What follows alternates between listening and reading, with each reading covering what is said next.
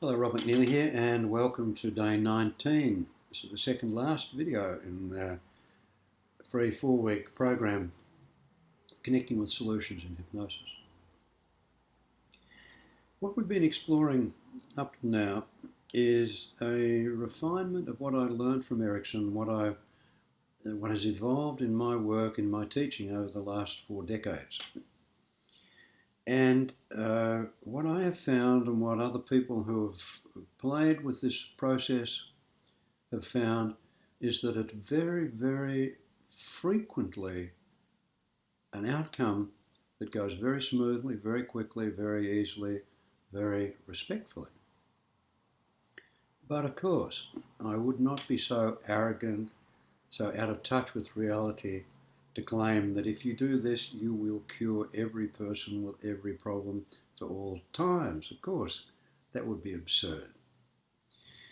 So there are some people that when we do our best, so we've been following through the process that we've been exploring here, and you don't get any result. Some people are just stuck in it. And sometimes we can get stuck. And I want to make some comments about some ways that have emerged to help with that stuckness so that we can get unstuck and start to move again. The first I already mentioned is that if there's been no change, it's very often useful to go back to the beginning and listen a little bit more intently, a little bit more respectfully, a little bit clearer to just what it is that this client wants. It's exactly what is it that's missing for them. So that we can be more in touch with them and their experience and what they really want. I think that's probably the most useful first step in getting unstuck. The other comment I'd like to make is that some people have had a lot of suffering over a long time and maybe even been to a number of people without any success. And so there is, for some people, a natural reluctance to trust some new process, some new experience, some new person, and expect a miracle cure, an immediate outcome. If someone has had a problem for 20 years and they have 1 or 2 or 3 or 4 sessions with us and they're okay, it can be easy for them to think, my goodness, I got over it so quickly. Is there something wrong with me that I had it so long? Was I pretending? Was it really not as bad as I thought? And so on. So I think that with those kinds of concerns in the background, it can be so helpful for us to, as soon as possible, do some validation of the person's suffering, of their pain, of their disappointment, of their previous frustrations of not being able to get some help, to really validate that. You have had a terrible time. This has been a real problem for you. You've been to so many people. None of them have really been able to help you the way you want. Erickson made a spectacular comment to a person in this situation. He said to this man, you've seen a lot of people in the past and none of them have been able to help you. You must already be losing faith in my ability to help you. He was actually pacing, he was actually validating that man's experience, and so immediately Erickson became more trustworthy. So in the same way that if we acknowledge the degree of suffering, the degree of anguish that someone has been through, that can be such a respectful communication.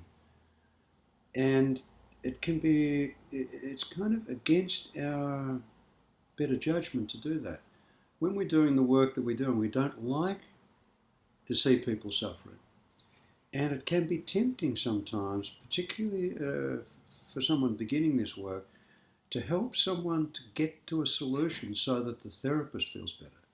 If we are in the presence of someone who's suffering, it's an awful experience. But to sort of force them or hurry them or push them to a resolution so we feel better is hardly respectful. So a bit of validation can be just absolutely marvellous. My friend Bill O'Hanlon says that when he was seeing clients and teaching workshops, he'd come back to his clinical practice and think, I wish my clients had been to the workshop so they'd know how to respond to my questions. But of course, clients behave like themselves.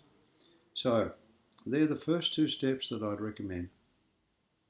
Go back to the beginning, go over it again, very, very detailed way to find out whether we've missed something.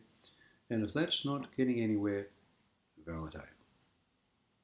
And when someone is sufficiently validated, then they might be ready to move on. And for some people, they will only be willing and ready to move on when there has been sufficient validation. And sometimes the amount of validation is more than we would anticipate. Sometimes when we're done with validating, they're just getting ready to soak it up. It's like, how much water does it take to grow things in the desert? It's a bit like that. So here's an exercise.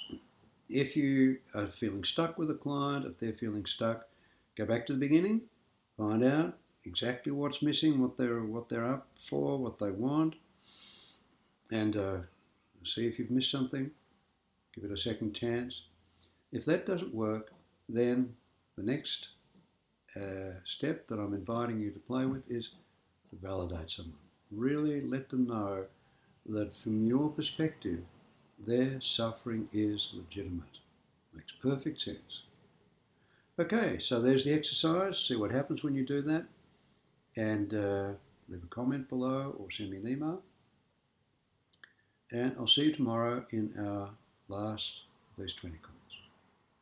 Thanks for staying with the process.